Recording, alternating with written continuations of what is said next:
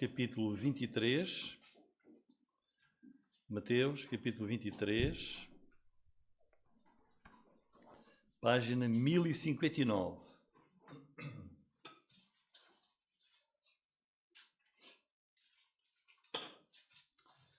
Mateus, capítulo 23. O tema hoje da mensagem é características dos falsos líderes espirituais e a condenação desses falsos líderes espirituais. Nós estamos a prosseguir o estudo expositivo do Evangelho de Mateus, escrito por um dos 12 apóstolos, Mateus, onde ele procura, em todo o Evangelho, responder a esta pergunta: quem é Jesus Cristo? E Mateus tem-nos apresentado Jesus como sendo o Cristo, o Messias, Rei e Senhor. Estamos então lá no capítulo 23, para nós percebermos melhor aquilo que vamos ver hoje. Temos que ver aqui o contexto, só repetir um pouco. Esta é a última semana de vida de Jesus, O Nosso Senhor é o Messias que cumpriu aquilo que os profetas escreveram sobre o Messias, ou o Cristo, e entrou, cumprindo essas profecias, entrou na cidade, capital de Israel, em Jerusalém, entrou triunfante, sentado no jumentinho, como os profetas diziam, foi aclamado na cidade pelas multidões e era domingo. E desde esse acontecimento até quinta-feira à noite, em que o Senhor vai ser traído e preso no jardim do Getsemane, há diversas coisas que Jesus faz, que Jesus ensina. Vimos, por exemplo, como ele purificou o templo, expulsando quem fazia da casa de Deus um lugar de comércio. E os líderes da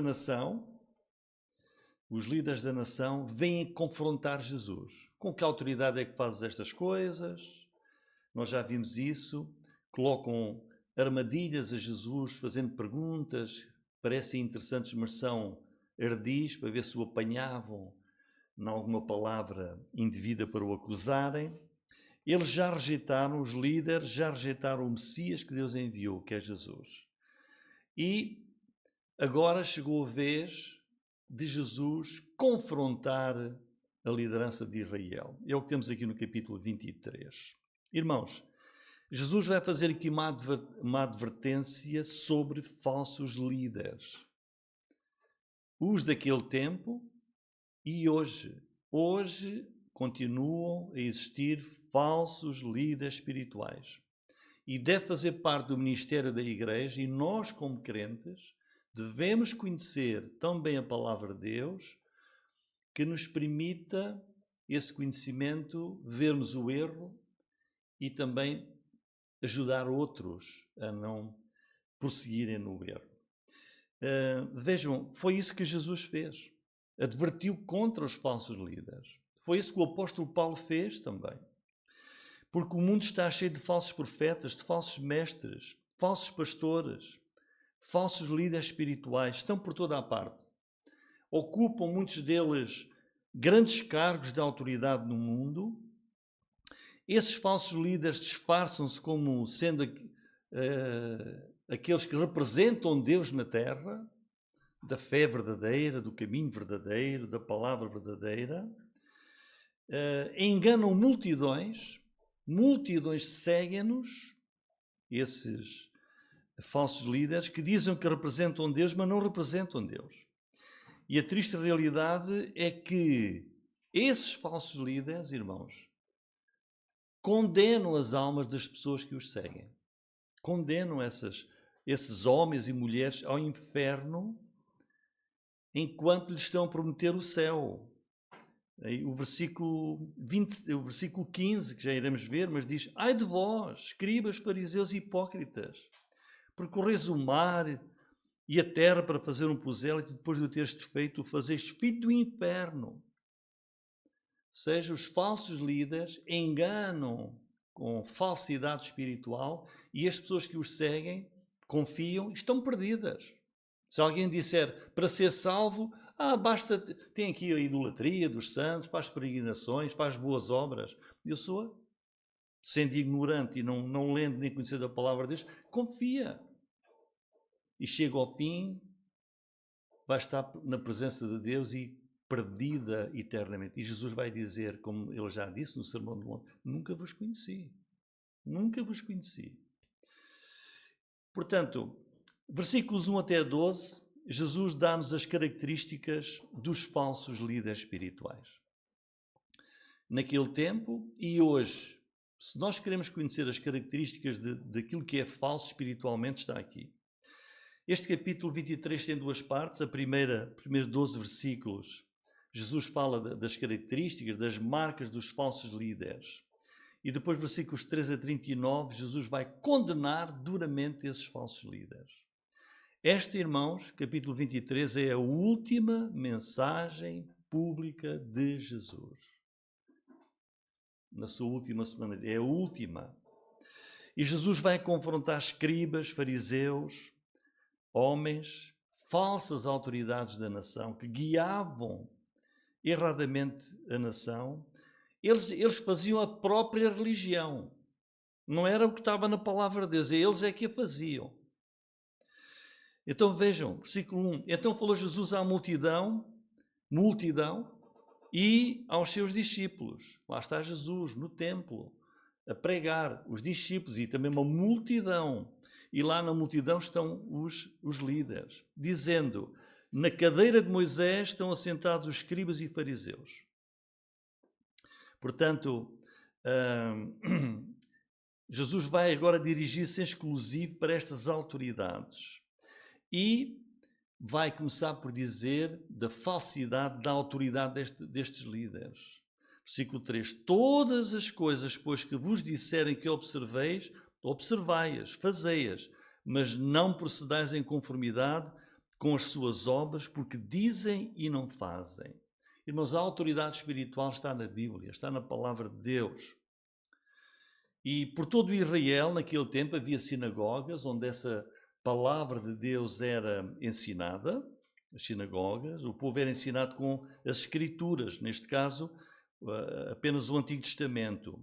E então lá nessas sinagogas, o especialista, o mestre da lei, da palavra, sentava-se à frente da sinagoga para ensinar. E onde Jesus diz aí no versículo 2, na cadeira de Moisés. Esta palavra cadeira é o grego cátedras.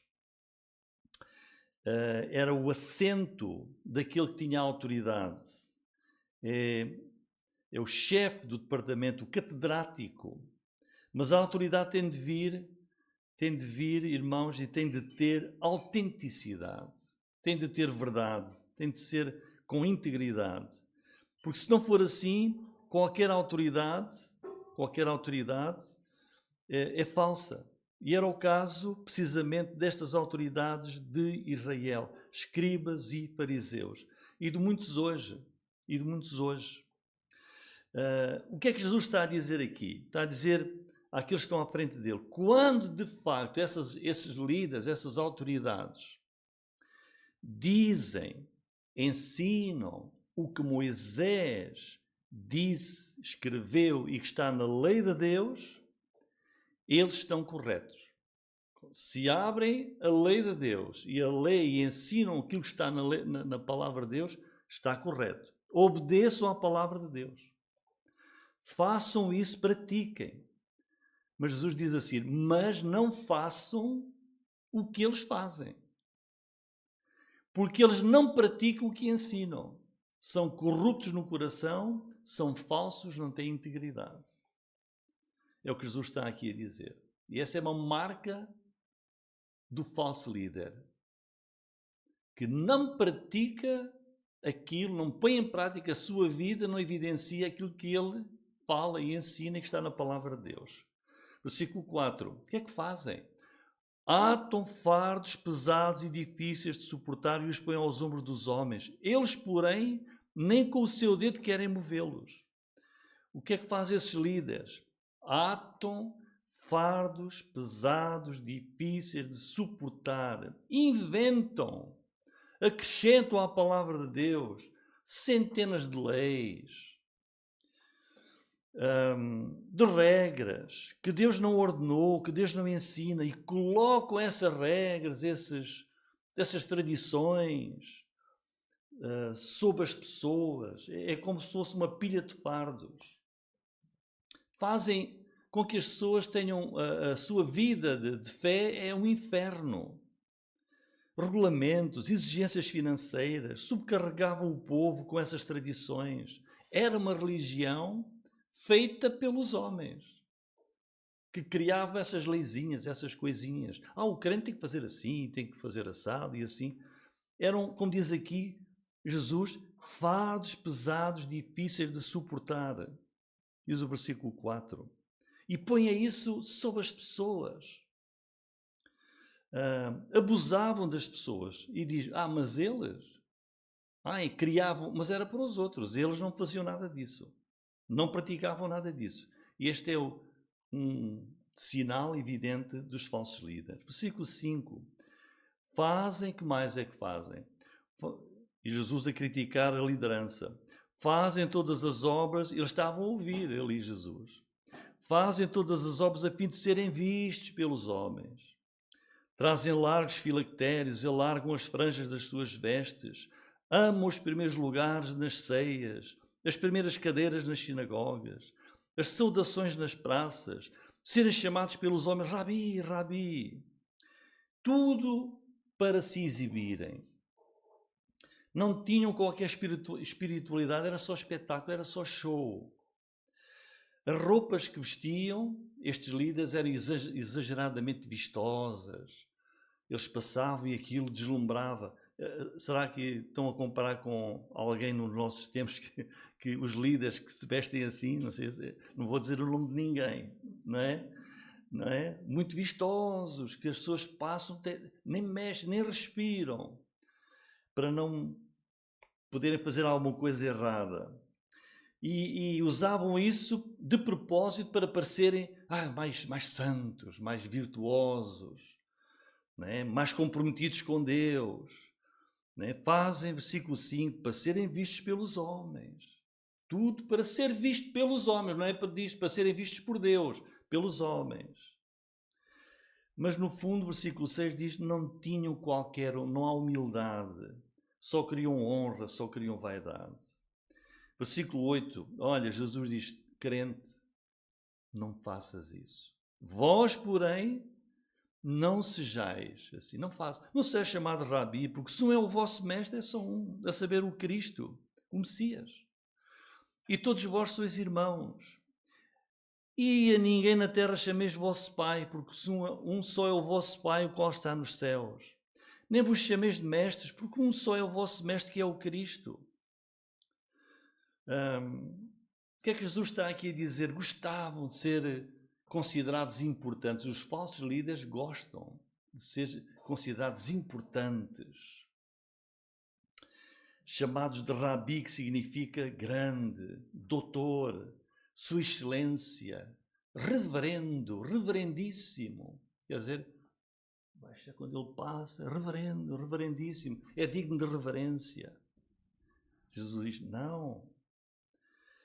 E também de ser chamados por outras coisas, pai, padre. Aqui não está a referir-se, eu tenho o meu pai, não é? Mas está a falar aqui de títulos religiosos. Não está a dizer que eu não devo chamar o meu pai pai, nem a minha mãe mãe. Não é isso que Jesus está a dizer. Aqui são títulos espirituais. O que é que Jesus nos quer ensinar? Que os crentes não devem ser assim. Que os cristãos não devem dar a qualquer homem os títulos e as honras que são devidos somente a Deus. Diz aqui, um só é o vosso mestre, o Cristo, e todos vós sois irmãos. Não deve ser assim. Nós somos todos irmãos e discípulos de Jesus. Versículos 11 e 12. Jesus diz, olha, o maior dentre vós será vosso servo. E o que a si mesmo se exaltar será humilhado. O que a si mesmo se humilhar será exaltado. É assim, Jesus troca tudo aquilo que é o pensamento, parece lógico, do mundo. É assim, irmãos. Jesus conclui aqui, nesta primeira parte, com aquilo que mais deve distinguir o crente. Não é a roupa vistosa, a importância, o show, o espetáculo. Não, é a humildade. O que mais deve distinguir o crente é a humildade, irmãos. O desejo do fariseu era receber honra, cátedra, cadeira, exaltar-se, ser chamado rabi. Mas o desejo do cristão deve ser servir, ter humildade sincera, fazer o bem, entregar-se ao Senhor, ser o último. Não ser o primeiro, ser o último. Isto é o que Jesus diz aqui, as características dos falsos líderes espirituais. Tem, os irmãos sabem, convida-se lá, não acontece aqui, mas mais noutros países, convida-se alguém para vir pregar, tem que ficar num hotel de 5 estrelas, 5 estrelas, e ter lá o aeroporto com carros vistosos, não é? Não, é humildade. Humildade é que é a marca do cristão, diz aqui Jesus. O maior dentre vós será vosso servo. E o que a si mesmo se humilhar é que vai ser exaltado.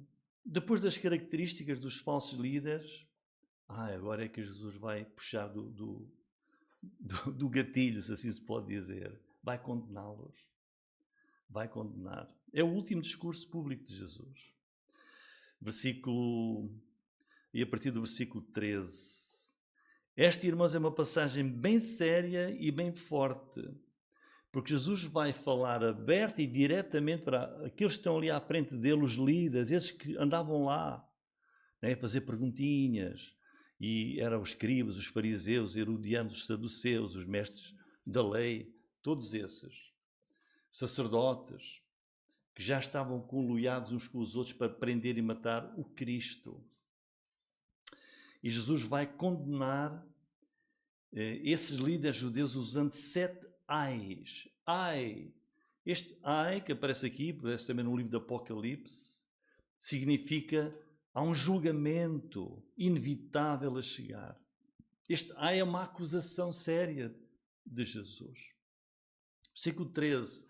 Mas ai de vós, escribas e fariseus hipócritas, pois que fechais aos homens o reino dos céus, e nem vós entrais, nem deixais entrar os que estão entrando. É o primeiro, começa por chamar aquilo que eles são hipócritas, falsos, corruptos.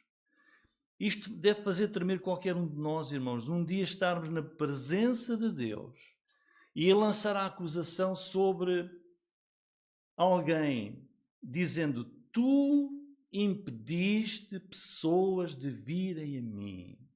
Tu impediste pessoas de serem salvas, de entrarem no reino de Deus. Isso é horrível, essa acusação. Olha, mas o Paulo aos Romanos, no capítulo 2, ele fala assim sobre os judeus. Os judeus tinham tudo, tinham a revelação, as escrituras, os profetas que Deus enviou só para eles. Romanos 2,17, o que é que Jesus diz? Eis que tu tens por sobrenome, não é o nome, é sobrenome judeu. Repousas na lei, quer dizer, confias na lei. Te glorias em Deus. Eu sou judeu, eu sou especial. Sabes a sua vontade. Sabemos a vontade de Deus. Aprovas as coisas excelentes, sendo instruído por lei. Sim, eu sou instruído na palavra. Aquilo que é bom eu aprovo e eu quero fazer. Confias que és guia dos cegos, luz dos que estão em trevas, instrutor dos nécios, mestre de crianças, tens a forma da ciência, da verdade na lei. Tu, pois, que ensinas a outro, não te ensinas a ti mesmo? Tu que pregas que não se deve furtar, furtas? Tu que dizes que não se deve adulterar, adulteras? Tu que abominas os ídolos, cometes sacrilégio? Tu que te glorias na lei, desonras a Deus pela transgressão da lei? Porque, como está escrito, o nome de Deus é blasfemado entre os gentios por causa de vós. É grave o nome de Deus ser blasfemado no mundo por causa de nós. Neste caso, por causa dos fariseus e escribas, dos líderes. Irmãos, os líderes judeus criaram tantas regras que chegar a Deus para o povo Eram tantas leizinhas, regras, era quase impossível. Diz aí, fechais aos homens o reino dos céus. Nem vós entrais nem deixais entrar. Condenavam as almas das pessoas. Versículo 14, segundo ai de vós, escribas e fariseus hipócritas, pois que devorais as casas das viúvas sob pretexto de prolongadas orações, por isso sofrereis mais rigoroso juízo. Jesus aqui contra a cobiça, eram avarentos, eram cobiçosos, fingiam grande devoção e aproveitavam-se das pessoas mais frágeis da sociedade, como as viúvas, para colherem bens, para colherem riquezas. Que hipocrisia, coisa tão má isso, tão feia. Versículo 15. Ai de vós, escribas e fariseus hipócritas, pois percorreis o mar e a terra para fazer um prosélito, e depois de o teres feito, fazeis filho do inferno 2 vezes mais do que vós. Aqui é a crítica por fazer prosélitos, é procurarem, e diz, vocês percorrem o mar e a terra, vão até onde for preciso à procura de alguém para o tornarem judeu, que é tornar alguém também com fé no judaísmo. Mas vão fazer dele uma pessoa legalista como vocês. Não vão fazer dele uma pessoa que foi transformada pela palavra de Deus. Vão-lhe ensinar estas regras, estas coisas pesadas, estas tradições. Não há mudança espiritual. Corrompem as pessoas que se convertem para uma religião falsa. E por isso, essas pessoas convertidas pelos judeus, afinal, ficam fora do reino de Deus, porque estão a ser ensinados no caminho errado.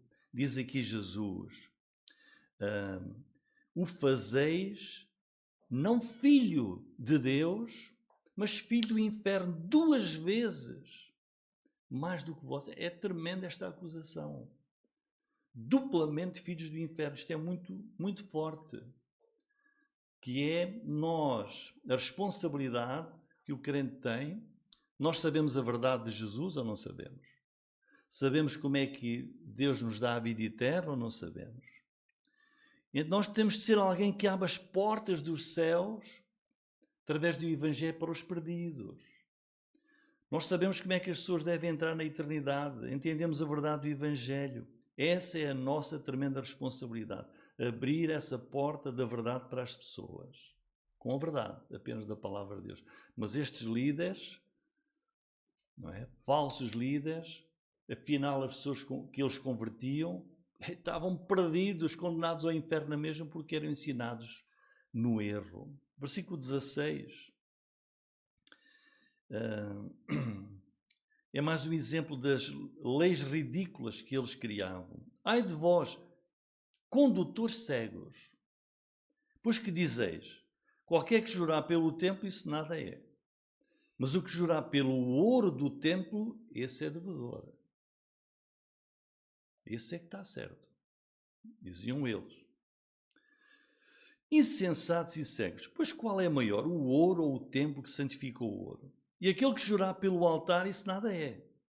Mas aquele que jurar pela oferta que está sobre o altar, esse é devedor.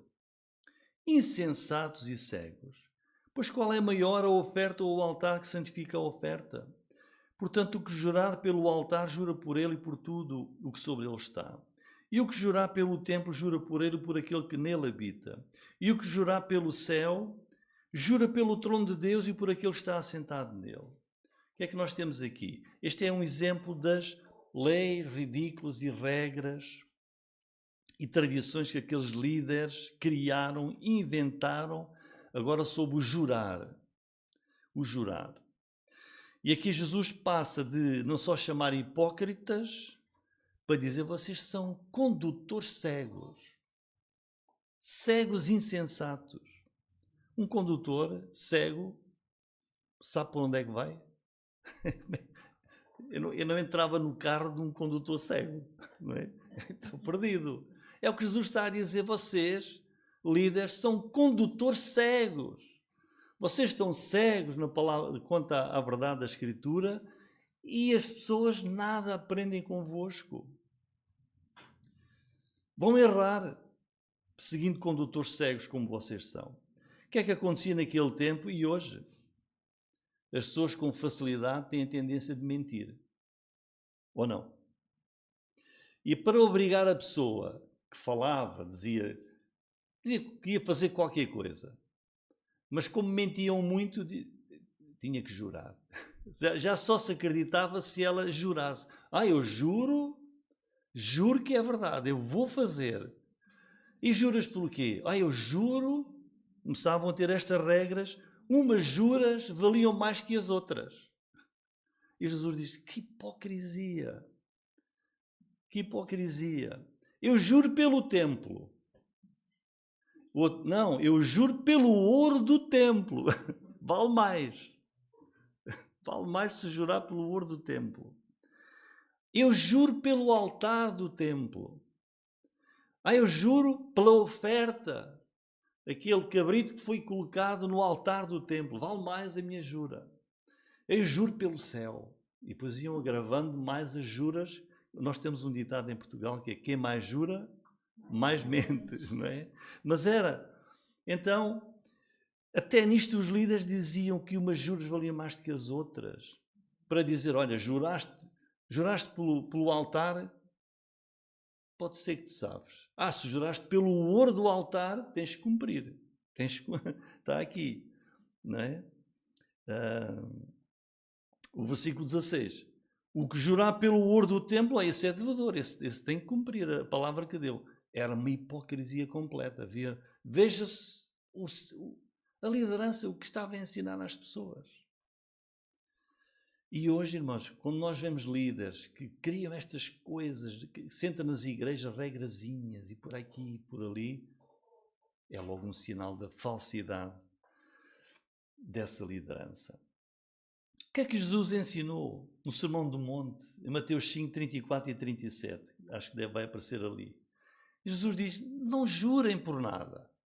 Eu, porém, vos digo, de maneira nenhuma jureis nem pelo céu, porque é o trono de Deus. Tens de ser uma pessoa tão fiável, tão justa, tão pura, que o teu falar é sim, sim, não, não. Passa disto é mau. Temos que ter um testemunho de vida de tal maneira que falamos, não precisa dizer mais nada.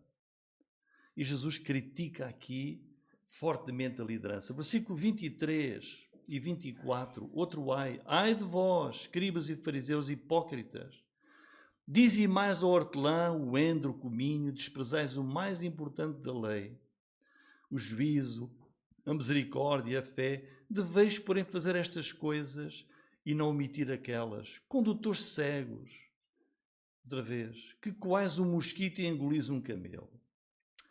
Agora é uma condenação de Jesus contra a prática da liderança, escribas e fariseus, de exaltavam as ninharias, as coisas miudinhas, não tinham valor nenhum. Isso é que era importante.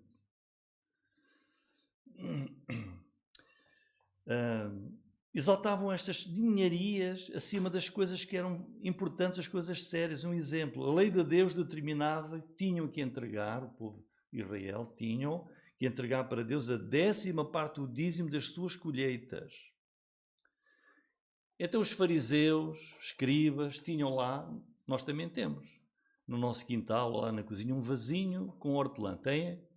Com endro, cominho, salsa. Vou colher 10 folhinhas de hortelã. 9 ficam para mim. Vou levar ao templo uma folhinha de hortelã. Olha o dízimo da minha hortelã. Isto é uma coisa... O que é que os irmãos achavam disto? Isso é uma coisa ridícula. É o que Jesus está a dizer. Vocês levam o dízimo da hortelã. Levam uma folhinha ou duas. Olha, estou aqui o meu dízimo da minha... uma laranja. Olha, pronto. Mas Jesus está aqui a dizer, e vocês exaltam isto. Eu sou tão santo, tão puro, sou tão fiel que esta folhinha da hortelã tenho de levar, porque eu fiquei com 9 e esta é de Deus. E Jesus diz, e o mais importante da lei de Deus, o mais importante da vida, juízo, misericórdia, fé, isso é que é importante. Não é estar preocupado com a ninharia da folhinha da hortelã. esforçar-se, irmãos, por evitar, e depois diz ali ainda mais, coais um mosquito e engolis um camelo, que é, vou esforçar-me por evitar pecar, mas coisas pequeninas. Nós não devemos pecar em nada, não é? Mas isto eu vou-me preocupar, coisitas, mas aquilo que é enorme, de grande valor na vida, não tinham preocupação, que é coar um mosquito e engolir um camelo. Versículo 25 até 28. Ai de vós, escribas e fariseus hipócritas, limpais o exterior do copo e do prato, mas o interior está cheio de rapina e de intemperança. Fariseu cego, limpa primeiro o interior do copo e do prato, para que também o exterior fique limpo. Ai de vós, escribas e fariseus hipócritas, porque sois semelhantes aos sepulcros caiados. Por fora realmente parecem formosos, mas interiormente estão cheios de ossos, de mortos e de toda a imundícia. Assim também vós exteriormente pareceis justos aos homens, mas interiormente estáis cheios de hipocrisia e de iniquidade. Juntamos aqui estes dois ais, porque o Espírito de Deus é semelhante. As palavras-chave aqui são interior e exterior, fora e por dentro. Quer dizer, os líderes preocupavam-se mais com a aparência exterior, que as pessoas podiam ver neles, olhar e ver, e não se preocupavam com o interior dos seus corações. Às vezes até nós podemos perguntar, será que eu como crente posso fazer isto ou posso fazer aquilo? E Jesus está a dizer, o mais importante é, pergunta a ti mesmo, por que é que eu quero fazer isto? Qual é o motivo de eu querer fazer isto? E então Jesus confronta estes líderes e mostra ser contra o quê? Que eles não se preocupavam em ter vidas santas perante Deus, mas preocupavam-se que os seus copos e pratos estivessem limpos, o exterior. E Jesus dá-nos o exemplo dos sepulcros. Nós vamos a um cemitério, não é? Onde estão os nossos queridos, e vemos estão branquinhos, estão caiados, não é? Devem estar. Mas nós sabemos que lá por dentro, que estão, os restos estão a imundícia dos corpos a estragar-se. E era o que Jesus estava a dizer, vocês, escribas e fariseus, são como esses sepulcros. Por fora parecem lindo, tudo bem, tudo santo, tudo maravilhoso, mas interiormente vocês, no vosso coração, estão cheios de imundícia. Jesus está a dizer, nós temos é de ser, não é parecer. Parecer, os outros olham para nós, se calhar não vão saber nada, mas ser, e Deus sabe. Deus olha para o coração, como diz 1 Samuel 16, 6 e 7. Deus olha para o coração. Sucedeu que entrando eles, viu Eliabe e disse, isto é Samuel quando foi para ungir o novo rei de Israel, que veio ser o rei Davi. Certamente está perante o Senhor o seu ungido. Ele viu a aparência dele. Porém o Senhor disse a Samuel, não atentes para a sua aparência, nem para a grandeza da sua estatura, porque o tenho rejeitado. Porque o Senhor não vê como vê o homem. O homem vê o que está diante dos olhos, porém o Senhor olha para o coração. Deus olha para o nosso coração. Não adianta nós ao mundo exibirmos aquilo que nós não somos interiormente. Depois, versículos 29 a 33, agora Jesus vai confrontá-los pela falsidade dos gestos deles. Que é, ai de vós, escribas e fariseus hipócritas, edificais os sepulcros dos profetas, adornais os monumentos dos justos e dizeis, se existíssemos no tempo dos nossos pais, nunca nos associaríamos com eles para derramar o sangue dos profetas. Assim vós mesmos testificais que sois filhos dos que mataram os profetas. Enchei vós, pois, a medida de vossos pais, serpentes, raça de víboras, como escapareis da condenação do inferno?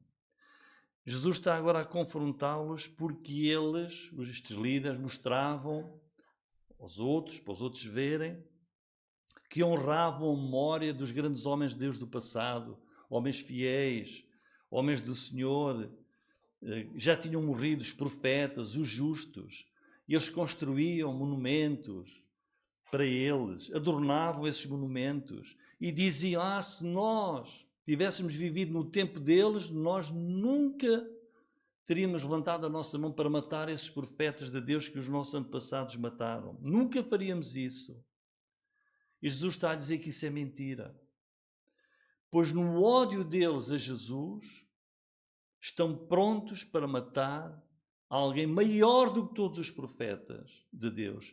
Prontos para matar o próprio Cristo, o próprio Messias, o próprio Filho de Deus. E o versículo 32 é crucial. Jesus diz: enchei vós, pois, a medida de vossos pais. Ou seja, façam isso. Vocês estão a tramar matar o maior profeta de todos.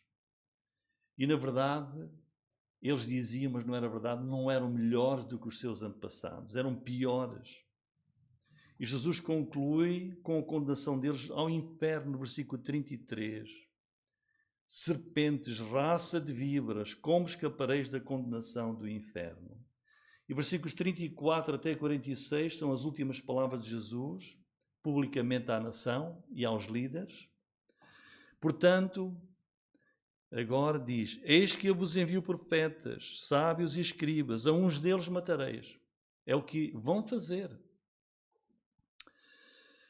E crucificareis. A outros deles açoitareis nas vossas sinagogas e os perseguireis de cidade em cidade, para que sobre vós caia todo o sangue justo que foi derramado sobre a terra, desde o sangue de Abel, o justo, até ao sangue de Zacarias, filho de Baraquias, que matastes entre o santuário e o altar. Em verdade vos digo que todas estas coisas hão de vir sobre esta geração. Agora Jesus confronta a liderança e julga-os porque estão a rejeitar o próprio Messias de Deus. E aqui, irmãos, é Deus que está a falar, aqui é Deus que está a falar por intermédio de Jesus. É Deus que fala. As palavras de Jesus são as palavras do Pai. E confirma que eles vão ser tão maus ou piores do que os líderes do passado. Eis que, diz Jesus, eu vou-vos enviar estes meus servos e vocês irão rejeitá-los, persegui-los, matá-los. É a história da igreja, como nós vimos. A igreja cristã, livro dos Atos dos Apóstolos, começou logo a ser perseguida por esta liderança de Israel. Mortos os fiéis servos de Deus, de Abel, desde Abel, no início, que foi morto pelo seu irmão Caim, até Zacarias, e atravessa as gerações. É um alerta para nós não rejeitarmos a palavra de Deus. Um alerta para não rejeitarmos a luz que Deus nos dá, não rejeitarmos Jesus Cristo.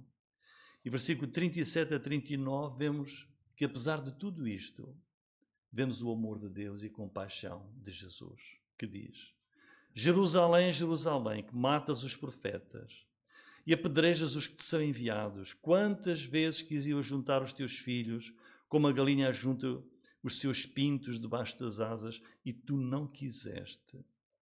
Eis que a vossa casa vos é deixada deserta. E aqui vemos o equilíbrio de Deus.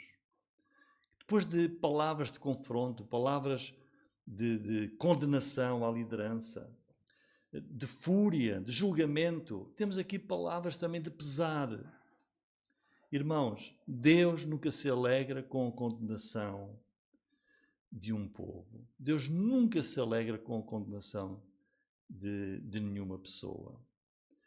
E a passagem paralela que está em Lucas 19:41 diz que Jesus chorou quando entrou em Jerusalém. E isso mostra-nos o coração de Jesus, que é Salvador, que quis salvar uma nação inteira. Mas ele diz aqui, fim do versículo 37, não quiseste. É a opção da pessoa. Deus nunca vai ser responsável pela condenação de ninguém.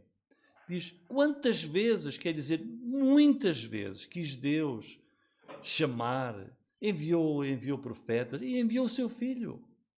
Diz, mas não quiseste. É a opção, é a escolha de cada um.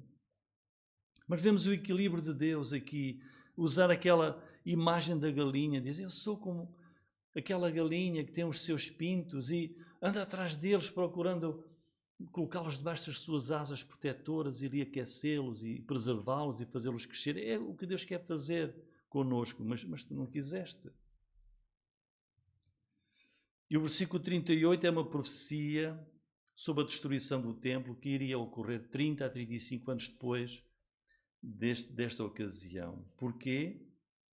Diz aí Jesus, porque não reconheceram nem aceitaram o seu Salvador, o Messias Jesus. E a conclusão do capítulo, após estes 7 ais, então, irmãos, podemos dizer que após o confronto e o juízo e o julgamento sobre estes líderes e sobre os líderes de hoje falsos, temos aqui o amor de Jesus e o seu coração partido por causa daqueles que se perdem.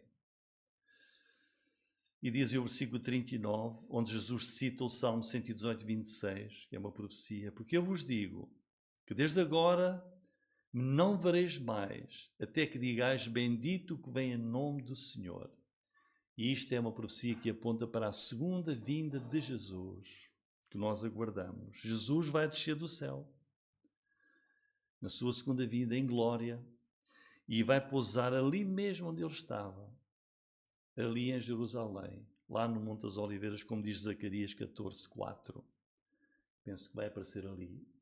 Naquele dia estarão os seus pés sobre o Monte das Oliveiras, que está de fronte de Jerusalém para o Oriente, e o Monte das Oliveiras será tendido pelo meio, para o Oriente e para o Ocidente, e haverá um vale muito grande, e metade do monte se apartará para o Norte e a outra metade dele para o Sul.